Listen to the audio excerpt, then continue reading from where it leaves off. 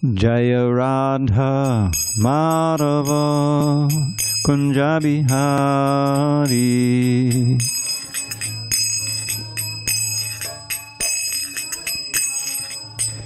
Jaya Radha Madhava Kunja Bihari.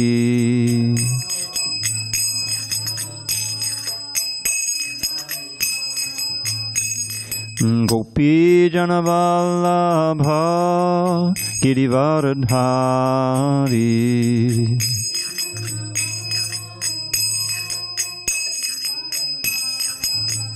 Jaya Gopi Janavallabha Girivardhari.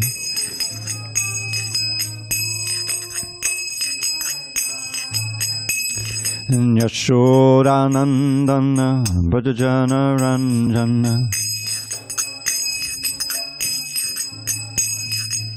Yashodanandana Bhajana Ranjana.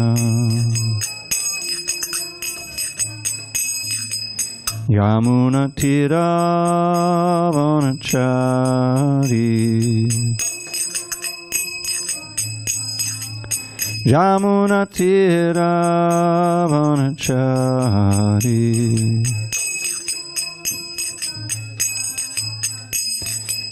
Hare Krishna, Hare Krishna, Krishna Krishna, Hare Hare, Hare Rama, Hare Rama, Rama Rama, Hare Hare.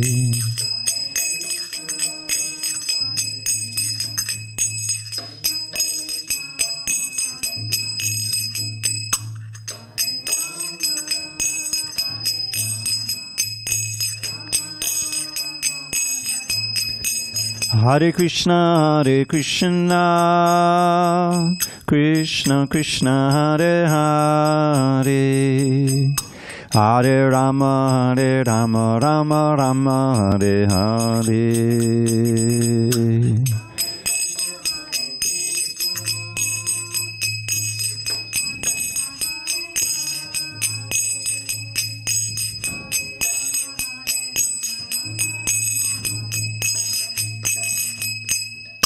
Hare Krishna, Hare Krishna, Krishna Krishna, Hare Hare, Hare Rama, Hare Rama, Rama Rama, Hare Hare.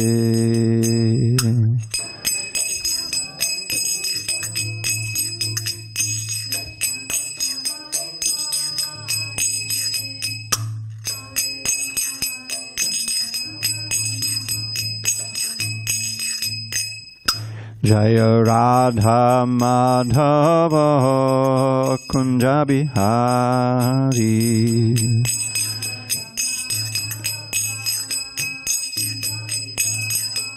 Jaya Radha Madhava Kunja Bihari.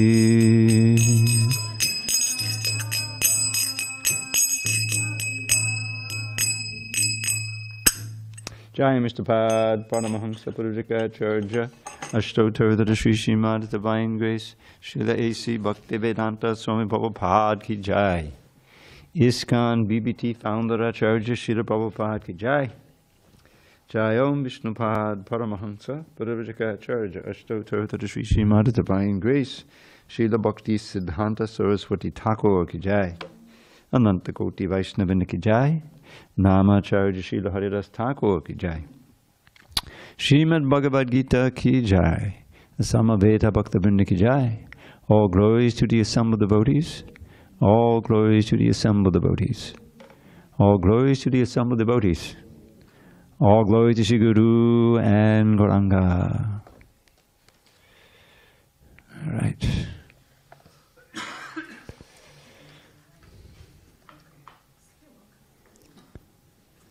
All right. Now, I don't know if we did 47. Did we do 47? Yeah. Om Namo Bhagavate Vasudevaya. Om Namo Bhagavate Vasudevaya. Om Namo Bhagavate Vasudevaya.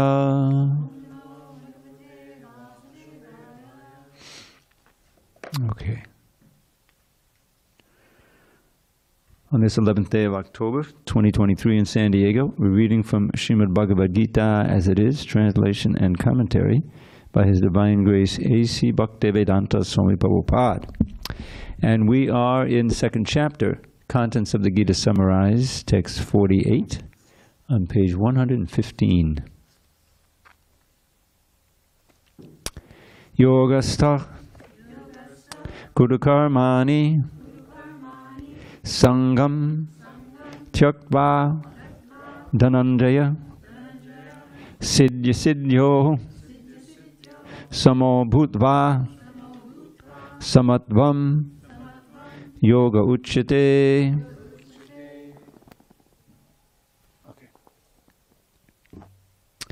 Yogastakura karmani Sangam Tyaktva Dhananjaya Siddhya Siddhyo Samo Bhutva Samatvam Yoga Uchyate. Yogastakura karmani Sangam Tyaktva Dhananjaya Siddhya Siddhyo Samo Bhutva Samatvam Yoga Uchyate. Yogastakura karmani Sangam Tyaktva Dhananjaya Siddhya Siddhyo Samo Bhutva Samatvam Yoga Uchyate.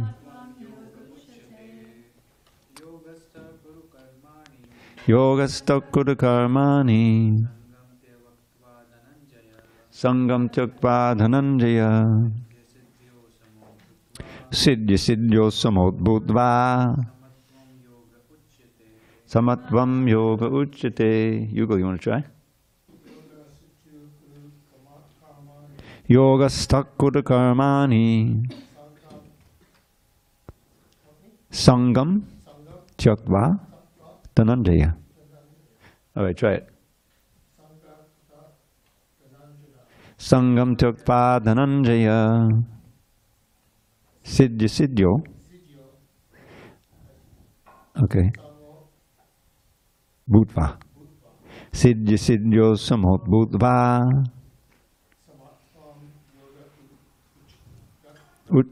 Uchyate. Uchyate. Samatvam Yoga Uchyate. Yogastakura karmani Sangam Tyaktva Dhananjaya Siddhya Siddhyo Samo Bhutva Samatvam Yoga Uchyate. Yogastakura karmani Sangam Tyaktva Dhananjaya Siddhya Siddhyo Samo Bhutva Samatvam Yoga Uchyate. Vajamano. Yogastakura karmani Sangam Tyaktva Dhananjaya Siddhya Siddhyo Samo Bhutva Samatvam Yoga Uchyate. Yogastakura karmani Sangam Tyaktva Dhananjaya Siddhya Siddhyo Samo Bhutva Samatvam Yoga Uchyate. Anyone online? Come on, Chad. Yogastakura karmani Yogastakura karmani Sangam Tyaktva Dhananjaya Sangam Tyaktva Dhananjaya Siddhya Siddhya Samo Bhutva Siddhya Siddhyo Samo Bhutva Samatvam Yoga Uchyate. Samatvam Yoga Uchyate. Okay, word by word. Yoga stuck, equipoised, Kuru, perform, karmani, your duties, sangam, attachment, tyaktva, giving up, dhananjaya, O Arjun, siddhi, asidhyo, in success and failure, samaha, equipoised, bhutva, becoming, samatvam, equanimity, yoga, uchite is called. Perform, okay, translation. Translation, perform your duty equipoised, O Arjun, abandoning all attachment to success or failure. Such equanimity is called yoga. Purport. Krishna tells Arjuna that he should act in yoga. And what is that yoga? Yoga means to concentrate the mind upon the Supreme by controlling the ever-disturbing senses. And who is the Supreme? The Supreme is the Lord. And because he himself is telling Arjuna to fight, Arjuna has nothing to do with the results of the fight. Gain or victory are Krishna's concern. Arjuna is simply advised to act according to the dictation of Krishna. The following of Krishna's dictation is real yoga, and this is practiced in the process called Krishna consciousness. By Krishna consciousness only can one give up the sense of proprietorship. One has to become the servant of Krishna, or the servant of Krishna. That is the right way to discharge duty in Krishna consciousness, which alone can help one to act in yoga. Arjuna is a Kshatriya, and as such he is participating in the Varnashram Dharma institution. It is said in the Vishnu Purana that in the Varnashram Dharma, the whole aim is to satisfy Vishnu. No one should satisfy himself, as is the rule in the material world, but one should satisfy Krishna. So unless one satisfies Krishna, one cannot correctly observe the principles of Varnashram Dharma. Indirectly, Arjuna was advised to act as Krishna told him.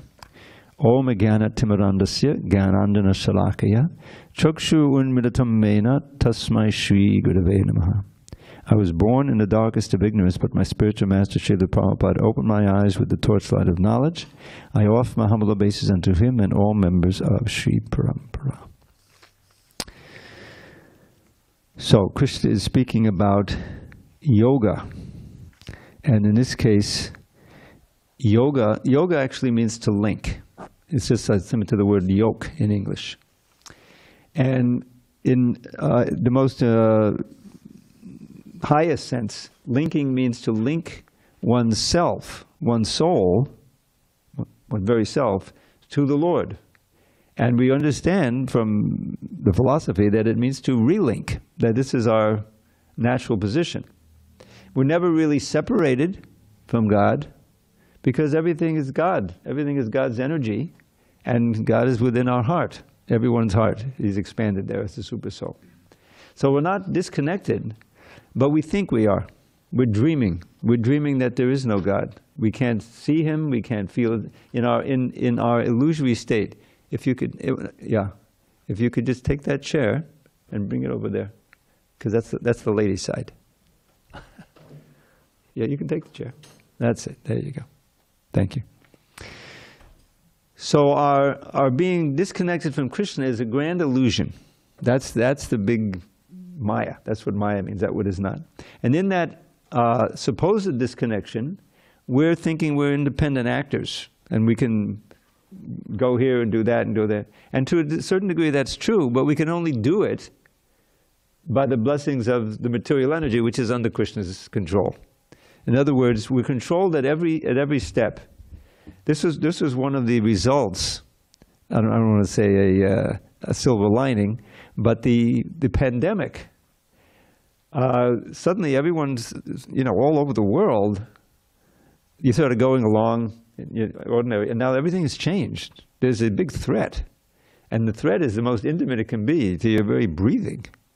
Who really thinks of his breathing every day? Most people don't think very much about it, except if you go to practice pranayama at the yoga studio or something, right? But that's like basic to our life. If you can't breathe, or then that becomes the most important thing, right? So just think about all the things we're dependent on. The air, the water, the food, the temperature's got to be in a certain range. When it got so hot in Phoenix for like a whole month, 110 every day at least? It was practically unlivable. we're so dependent on, climate that's within a certain range, the absence of things like terrific hurricanes.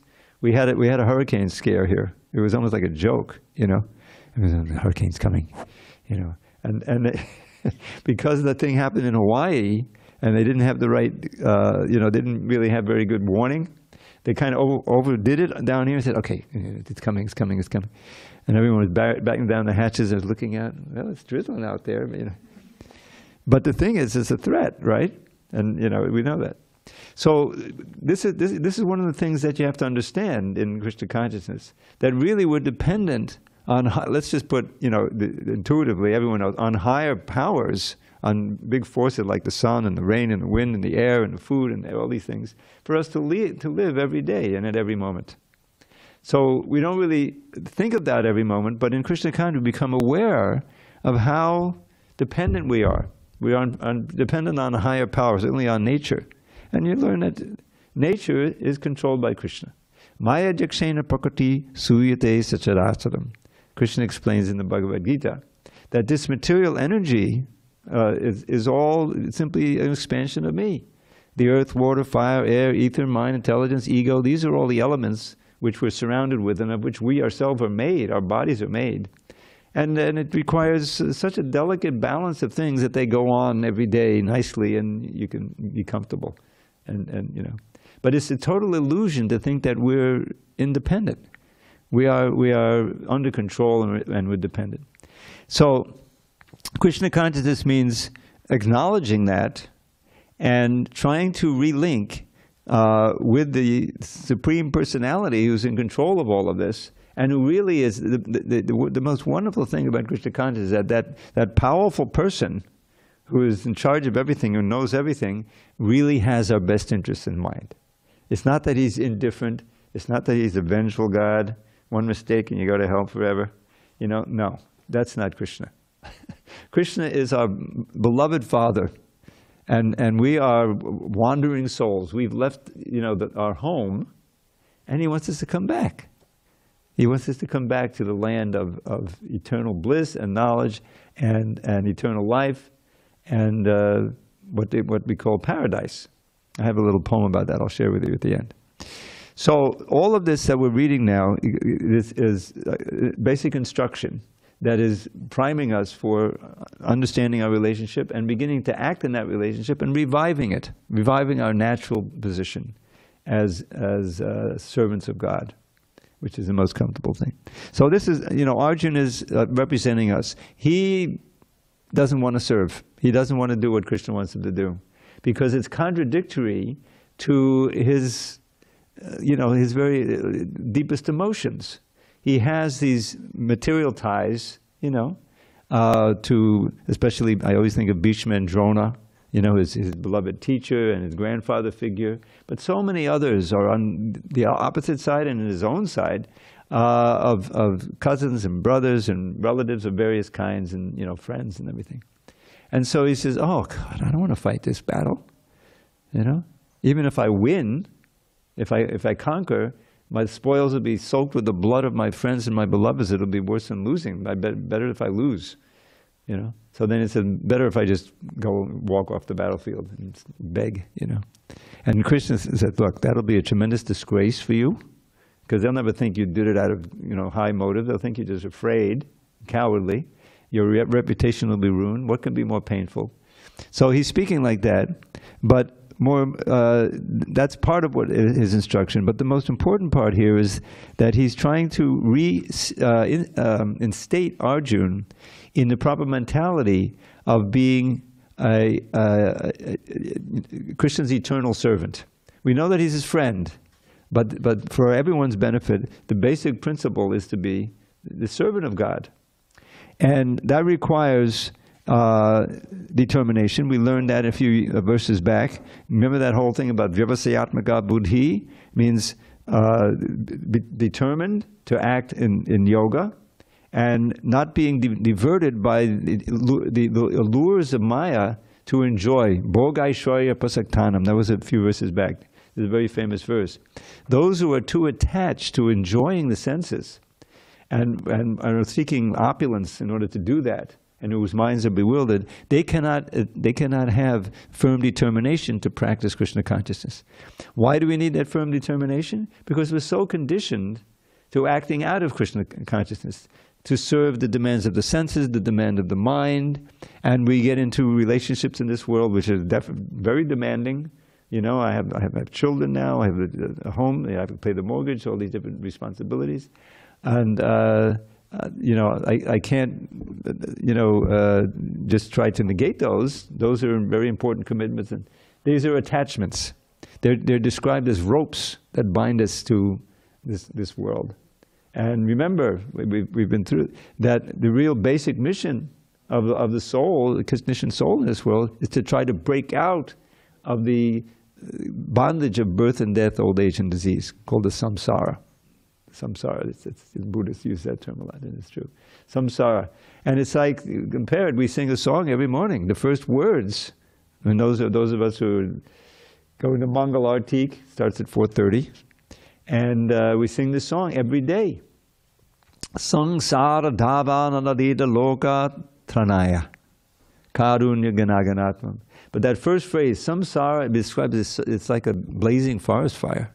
It's so dangerous, you know, the threefold miseries, birth, old age, disease. Samsara lita loka. All the people in the world are suffering. But the spiritual master, he comes like a cloud of mercy to extinguish that forest fire with the instructions, with his example, with all the gifts, the mantra, the Hare Krishna mantra, the prasadam, everything else. And so we appreciate that representative of Krishna. He's sent by Krishna. Krishna doesn't come himself very often. He came 5,000 years ago. He speaks the Bhagavad Gita. And the actual representative of Krishna will also speak the Bhagavad Gita, but give it to us in a way that we can understand it. The first thing, the great gift, is the language. In English. There's so much Sanskrit, you're kind of stumbling over the Sanskrit. But even if you can't read the Sanskrit, you can read the English. And eventually, you know, the words become familiar. So that's Krishna's gift. He comes externally as the spiritual master. He comes externally as the books. And he's with us internally as the super soul to give us good instruction, to provide intelligence as soon as we turn to him.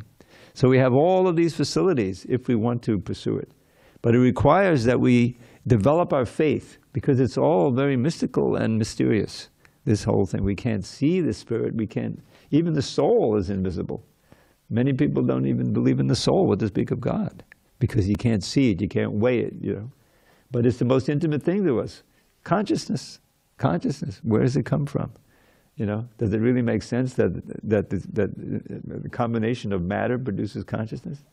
That doesn't make any sense. It's life comes from matter, not, matter comes from life, not the opposite way. So here he's encouraging, yoga stuck with, be equipoised, Arjuna. In other words, be one-pointed, vivasayatmaka buddhi, be determined. You have to overcome your conditioning. And sangam chakpa, give up your attachment for victory or defeat. In other words, it's not in your hands. You just do your duty as best you can for me, and then it's all on me. In other words, that you've already succeeded. This is a wonderful thing about Krishna consciousness. If you sincerely try to do something, sincerely, and it doesn't come out so perfect, you still succeeded. Because the whole thing is the intention. Your intention was, yes, I'm going to try to do what is right and so forth. But I have all these conditionings and doubts and all that. So it may not come out perfect, you know. Just like Srila Prabhupada, he made so many efforts. You know, he wrote this whole book in India, and it was a manuscript form, and it was stolen. Can you imagine writing a whole book and then having to start over again? Especially a big book here, it's 900 pages long. So he said, okay, here we go again. Type it out. 2 fingers typing with his ancient typewriter. You know. And then he takes, somehow or other, you know, by Krishna's grace, he got these 3 hardback books published. It's the first canto of the major book. And with that, he felt, now I have some ammunition. You know, he felt he could come to America. So that kind of determination, of course, it's you know, that's the ideal. But that's what he's talking about here. Don't worry about victory or defeat. You know, you just fight for me, and I'll take charge of everything. and you'll already be situated properly. So this is part of the philosophy of Krishna consciousness, is that the sense of proprietorship, separate ownership, and separate agenda. All of that has gotten us into trouble for millions and millions of births. We want to now find what Krishna's agenda is, and we'll find that we're very happy in doing that. You can be fully satisfied with practically nothing material. It's not the material thing, it's your state of consciousness that is being purified and connected to Krishna, primarily through the chanting of this wonderful mantra that was given by Krishna in his form of Lord Chaitanya in the modern age. Very, very practical and very, very simple. But we have to approach it in the proper way and with determination and equipoise. Okay, any discussion on this verse or purport? Perform your duty, equipoised. Fixed in yoga. This is going to be adjusted, this translation, but it's basically there. All right, so we have to do the right thing with equipoise, and now what do we do with the things that we know are wrong? Durena yavaram karma. Buddhi yoga dhananjaya. Buddhau shananam hanvicha. Kripana palahetavaha. O Dhananjaya, keep all abominable activities far distant by devotional service, and in that consciousness surrender unto the Lord. Those who want to enjoy the fruits of their work are misers. Purport. One who has actually come to understand one's constitutional position as an eternal servitor of the Lord gives up all engagements save working in Krishna consciousness. As already explained, Buddhi Yoga means transcendental loving service to the Lord. Such devotional service is the right course of action for the living entity. Only misers desire to enjoy the fruit of their own work just to be further entangled in material bondage. Except for work in Krishna consciousness, all activities are abominable because they continually bind the worker to the cycle of birth and death. One should therefore never desire to be the cause of work. Everything should be done in Krishna consciousness for the satisfaction of Krishna. Misers do not know how to utilize the assets of riches, which they acquire by good fortune or by hard labor. One should spend all energies working in Krishna consciousness, and that will make one's life successful. Like misers, unfortunate persons do not employ their human energy in the service of the Lord. So, the most valuable thing we have in our lives is the very human form of life, is this intelligence. So I always like to quote this verse. Those who have been here in my classes, you'll probably recognize this one. Labdva sudurlabhamidam bahusambhavante manushyam artadam anityam apiha dhira turnam yateta napateta numrityu yavat nikshayasaya vishaya kalusarvatakshyat. Very important verse. So labdva sudur, labdva means you have attained. This is Krishna speaking in the 11th canto of the Bhagavatam. After many, many births, you have attained this very rare human form of life. And how do we know it's rare? Just look around you. There's millions and millions of plants and bugs and all kinds of other animals and fish right out here. And they don't have a chance to think about these things. Their mind isn't developed enough, But they're just as much souls, atmas, as we are. They're moving up the species. This is evolution, not the body, but the soul. The consciousness is evolving.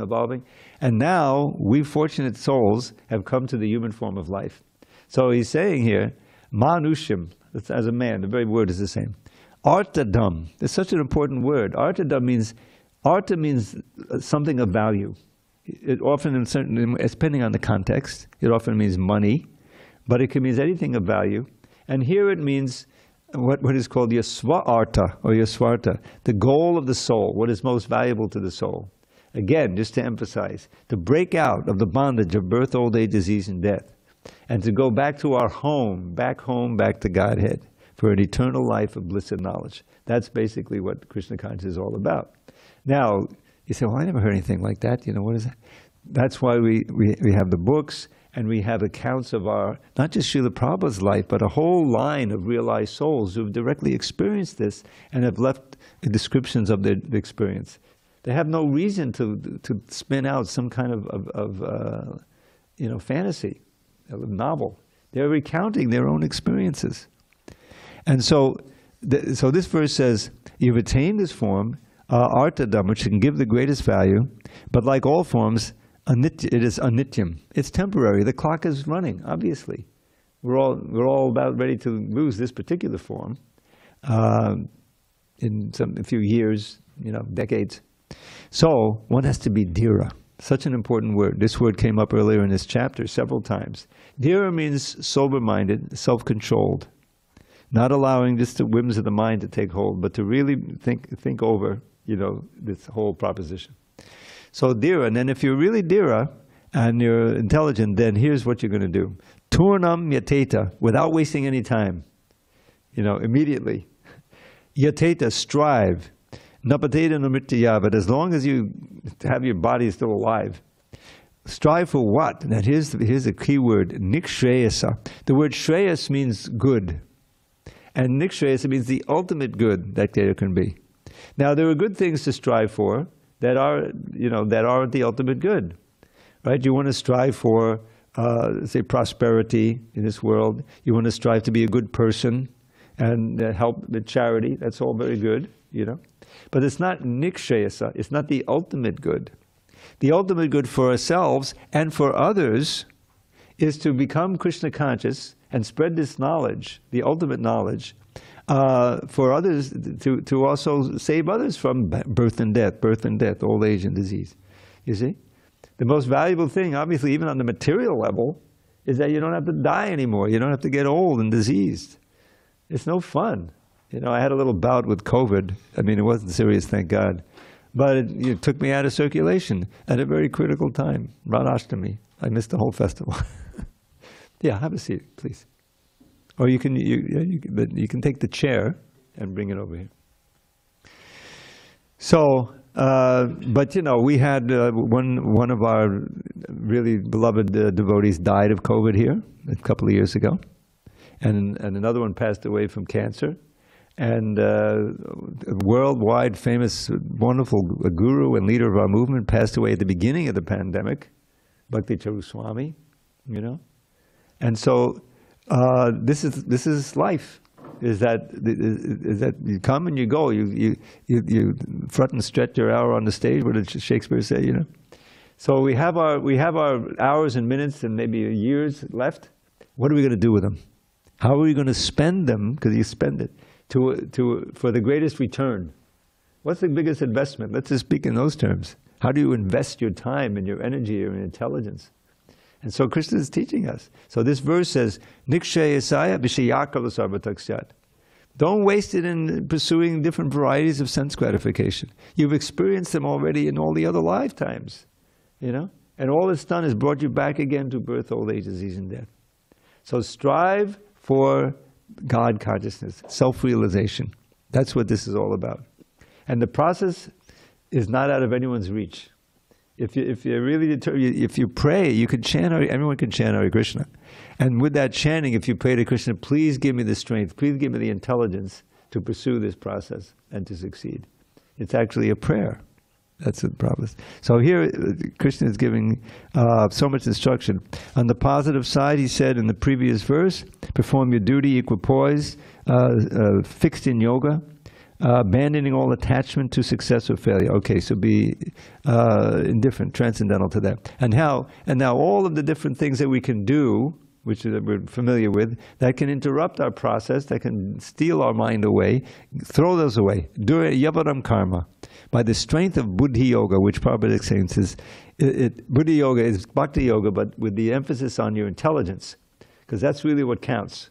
How we use our intelligence to control the mind and control the senses, and bring them all into tune in serving Krishna. The key is the intelligence. That's why the books are so important. Contemplating, that's what we have, different from the animals. Buddhau sharanam anvidsha. And in that consciousness, surrender unto the Lord. Sharanam. Take full shelter. Don't be a miser. Now the misers, they misuse their wealth They just like to contemplate it, collect it, instead of spending it, even on making more wealth. They just, but there's also a prayer. I have to share it with you.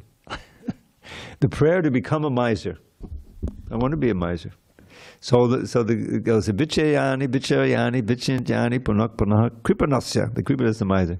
Kripanasya Dhananiva, Tvannamani Bhavantunak. Compelled to constantly collect, this is a miser, compelled to constantly collect and contemplate his hoard. The miser contemplates his wealth with avaricious aims. Please bless me to become a miser who's compelled, O Lord, to constantly collect and count and contemplate your names. You can be greedy for chanting. Why do 16 rounds? Let me do 32 rounds a day. Let me do 30 rounds today, In other words, that kind of greed is good. There was a movie many, many years ago, I think I saw it before I joined, and one of the mottos was greed is good. It was something about, I forget now, Wall Street or something, Greed is bad. Was one of the gates to hell. Krishna says in the 16th chapter, Kama, Krodha, Lobha. Lust, anger, and greed. But greed also has its good side. And that's if you're greedy for Krishna's name, for Krishna's service, you see, for the highest levels of bhakti yoga. There's another verse about greed. Krishna bhakti rasabhaditamati kriyatam jhatikutopi labhyate tatta laulyam api murulyamekalam janmakoti sukatayana labhyate. So Krishna bhakti rasabhaditamati. Prabhupada took that line and he translated it. You know what the translation is? Krishna consciousness. That's where he got Krishna consciousness. So Krishna consciousness, which you take it apart, the mind absorbed in bhakti rasa, in relishing the relationship with Krishna from moment to moment through service. That's bhakti. Kriyatam, you should buy it if you can find it in the marketplace. See if you can buy it. But what's the price? The price is your greed for it. Laulyam.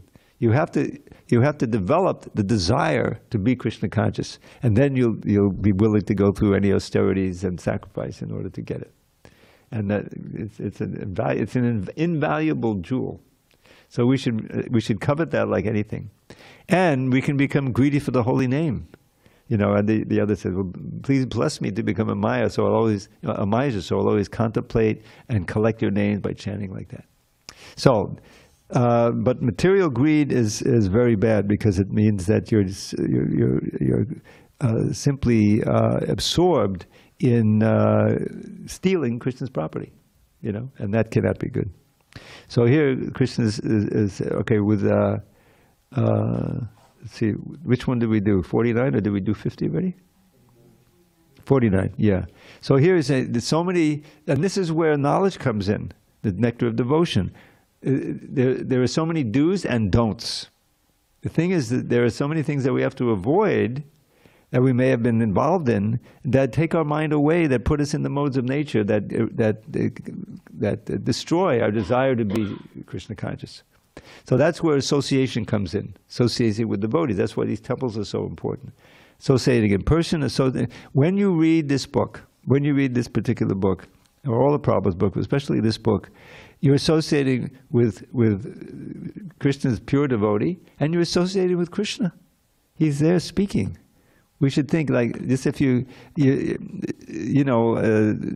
when you through the speech, through the words, is so much of how we know what someone else is thinking, and we can feel their emotions and their personality is coming through that.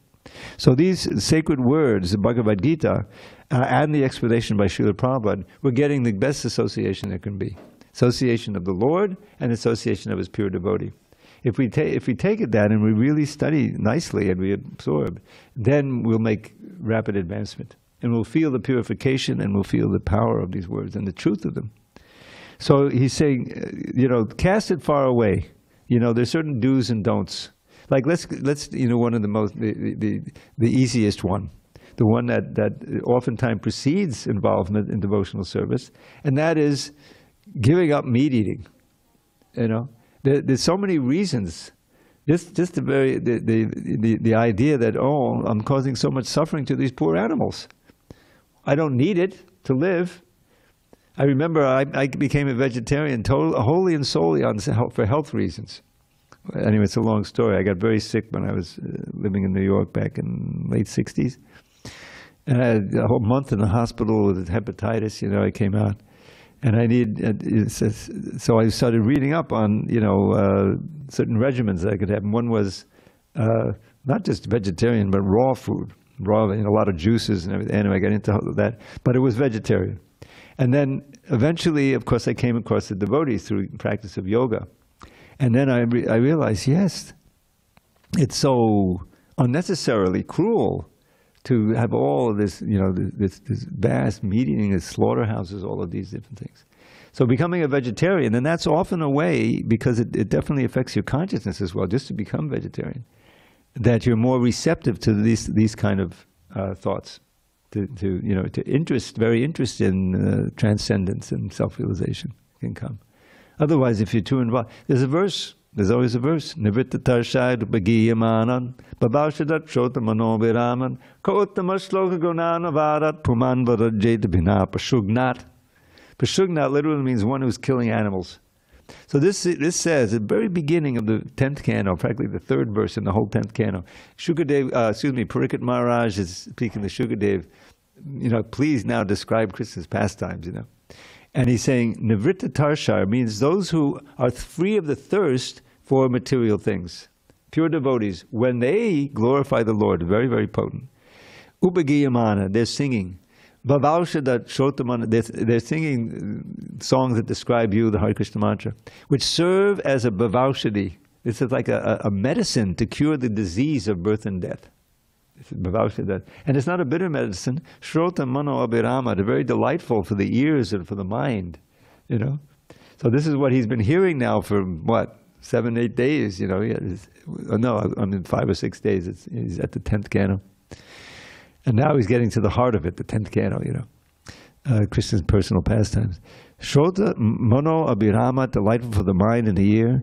Who would give up hearing these wonderful vibrations, except someone who's killing animals and has no, or killing himself. Another meaning is that he's practically, like he can't kill the soul, but you're doing so many things against your self-realization. Puman varajeta vina pushugnat. Pushugnat means meat eaters or soul killers. So we don't want to be either one of those. And so those are some of the Durena Avaram karma, that's a big one. Intoxication, you don't need any intoxication. It's just destroying your precious brain. And if you want to become intoxicated, chant Hare Krishna. Lord Chaitanya showed the way. The divine intoxication. It's wholesome. It's a great result. The great result is you can give up bondage to the matter and go back to Godhead. So there's no regulation. You chant 16 rounds. If you want to chant 32 rounds, no one's going to say no. So the point is that these things are so destructive. Real intoxication, meat eating, gambling, and illicit sex. That has to be given up also. And you find that it's possible to get the strength by Krishna consciousness to do it. Okay, and any questions on this verse? Or purport? All right. Let's do one more, at least. Buddhi yukto jahatiha ubhe sukata dushkrite tasmad yogaya yujjasva yoga karma sukaushalam. A person engaged in devotional service rids himself of both good and bad reactions even in this life. Therefore, strive for yoga, which is the art of all work. Purport: since time immemorial, each living entity has accumulated the various reactions of his good and bad work. As such, he is continuously ignorant of his real constitutional position. One's ignorance can be removed by the instruction of the Bhagavad Gita, which teaches one to surrender unto Lord Sri Krishna in all respects and become liberated from the chained victimization of action and reaction, birth after birth. Arjuna is therefore advised to act in Krishna consciousness, the purifying process of resultant action. So this is a famous phrase, chain victimization. So, let's see. Sukriti dushkrite. Now this is Krishna is reintroducing this idea, which is central, is that the things that we do in our lives, especially in the human form of life, they accumulate. In other words, there's certain reactions that we may suffer. What did I do to deserve this? You know, I'm a good person. Yeah, but how about last life, or the one before that, or one before that? These are all, you know, called the sinful reactions that don't necessarily manifest in one lifetime. So we're carrying those. There's also good things that we've done that will prosper for us. You know, you have good health. You know, it's like 4 Janmai Shuddha Shibir, education, beauty, good birth. You know, money. So these also come, but good or bad, this karma binds us. It's like ropes. It's often called Hridaya Granthi, like the knots in the heart. Because if you enjoy something, just ordinarily, you know, you enjoy it, then that plants a seed in your mind to enjoy it again. You see? And the demons who, you know, with billions of dollars are running the food industry, they know how to engineer the food, to process the food, to make it addictive. They're now actually realizing, yeah, this is the signs of addiction. You know, these heavily processed foods. If you go to Ralph's, I sometimes go there. I don't buy any Doritos, you know. I just buy organic blueberries or organic kale. That's what I have. I mix it up into a smoothie. But you walk, to get to the blueberries, you have to walk down an aisle, and the whole thing is snacks on both sides. You know, it's not just Doritos and potato chips here. It's all different brands and this and that. You know, and it's addicting, and it's very harmful to the body, mind, and soul. Everything you can't offer them. Anyway, so that is what we're kind of walking around. We're addicts, you know, not formal addicts to all these different sensations. So Krishna consciousness is meant to, I love this word, sublimate the desires that we have for these things. Just like Prabhupada is just genius. Main thing is preaching, you know, his kirtan and a talk, more kirtan and a feast of Krishna Prasad. He was cooking the first feast. Oh my God, you can imagine how tasty it was. It's such a skilled cook, you know, and it's all offered to Krishna Prasad. So that tradition is there. You know, it's in one sense it's materially attractive also. But the point is, it brings you back so that you can hear, and then you can chant and be purified. And before long, you're realizing, yeah, I don't need all that stuff. I can give this stuff up. It's possible. You get the strength. Krishna gives you the strength. And it becomes, and after a certain point, I said, are you kidding? You know, I would never do that again. You're not even tempted anymore. The things that you used to do all the time and you were so much into, but you knew that they were not good for you. You can say, oh, Krishna consciousness give you the strength. You know, just like, what is that? Verse, again, by Yamunacharya. Yadavadi, he had a portion of his life where he was actually a king and he was enjoying all the opulence of the kingly pleasures, you know. And he gave that up and then became a great sage again. So he says, later on, you know, when he's Yamunacharya, he says, Yadavadi mama cheta krishna padadabinde namanamana sadhaman yuddhatam rantamasit tadabadi patanadi sangame smayamane bhavati mukhabikado sushtanishtivanancha. So he says, ever since I've been enjoying at every moment the rasa, the pleasure of serving Krishna's lotus feet, you know, whenever I remember those days when I was, you know, I had my harem as a king, I said, oh, he said his mouth turns in disgust and he spits at the thought. It's not like he says, oh, well, what did I think of that for? I have to, you know, it's like he realized that it's abominable. That's the Durena Yavaran Karma Buddhi Yoga Dhananjaya. So you're giving that up. And then this one is that you get rid of, and this is so incredible with the chanting, just chanting a little bit, the Hare Krishna mantra. You're getting free from not just one life, but lifetimes of bad karma that's keeping you bound to birth and death. Just chanting one name, just hearing one name, it's so powerful.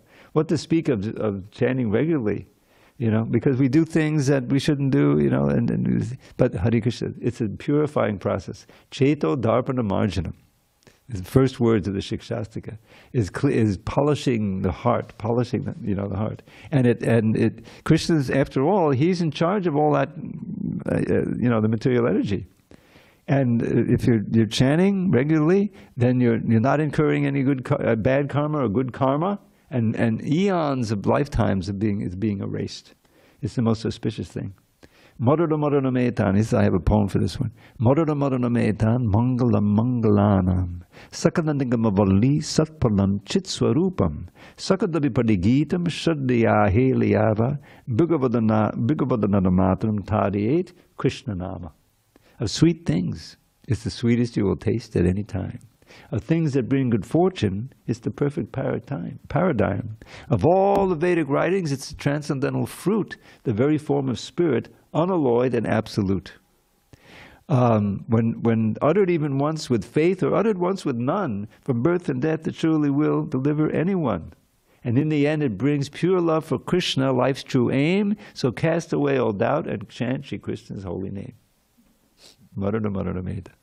So when we can experience, the sweetness of the holy name, and we're feeling the blessings that, so many attachments are falling by the wayside, and we're becoming more and more attached to Krishna. Everything that has to do with Krishna, his form, his name, his qualities, his service, his devotees, especially his prasadam, and that's all auspicious for our lifetime. And we become also eager to share it with others because it's the most wonderful thing.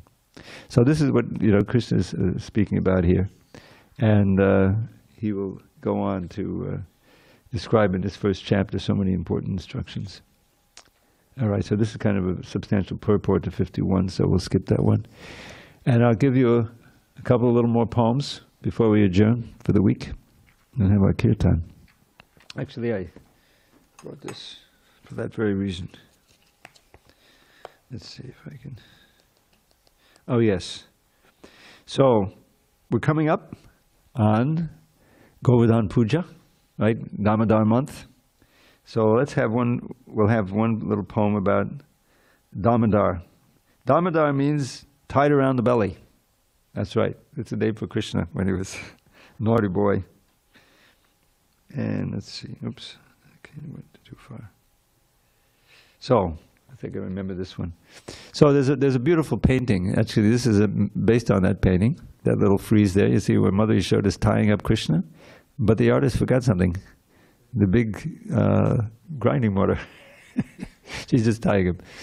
So at last Yashoda caught her naughty child, who'd smashed a pot of yogurt in a peak. You know what a peak is? He was a little disturbed.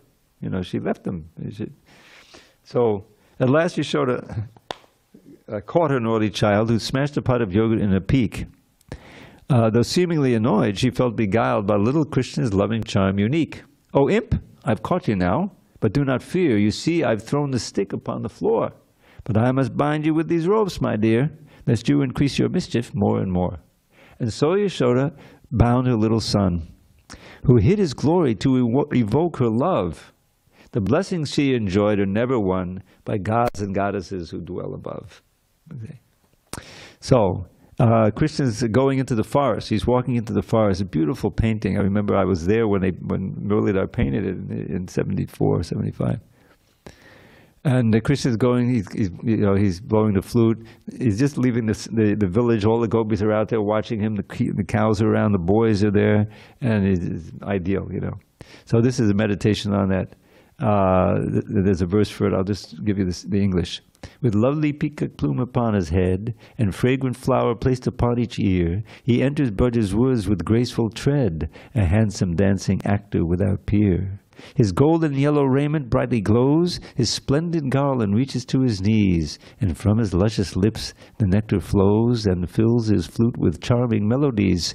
As Krishna thus begins his blissful day, with cowherd friends who sing his glories sweet, he beautifies Vrindavan's forest way with fine impressions of his lotus feet.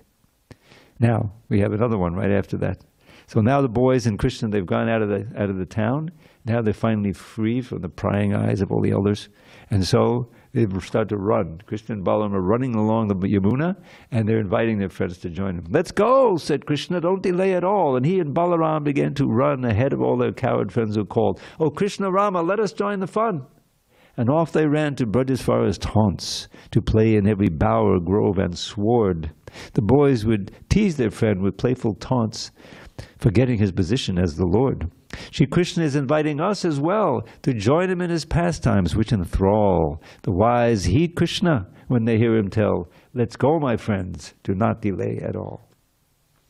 And finally, here's a meditation on Krishna. He's out in the forest. He's sitting very peacefully on something soft, and he's got a little dove on his hand, and there's a swan, and there's a deer, and there's a little cow. This, let's see. The sweetness of Shri Krishna's form beguiles. Still sweeter is his face like autumn moon, but sweeter than the sweetest is his smile, whose luscious beauty makes the gopis swoon. Govinda's beauty captivates the doves, the swans, the deer, the cows, and every tree. Indeed, in Braja, every creature loves Shri Krishna and is drowned in ecstasy. That all-enchanting land is paradise, our home where we may dwell eternally. Most welcome there are those who pay the price to learn to love Shri Krishna perfectly. I think I messed up the beginning. Shri Krishna, the beauty of Shri Krishna's form beguiles, still sweeter is his face like autumn. It's based on a verse by Bilvamangal Thakur in the Krishna Karnamrita. It's one of the first ones I ever put into a poem. Very easy to learn. You can actually learn the Sanskrit just by hearing it. Maduram, maduram, vaparasya vibhor. Maduram, maduram, vadanam, maduram. Madhugandhi madhusmitame tadaho. Maduram, maduram, maduram, maduram. Maduram means sweet. Sweet, sweet is my dear Lord's form, sweet is still his face, so fair. But his honey-scented, gentle smile is sweet beyond compare. So with that in mind, let us adjourn for the kirtan, and we can enjoy gazing at Krishna's lovely, beautiful form and face and smile. I wrote the English. Hare Krishna. I have a set I can give you. Just write to me. You can get the. I'll give you my email.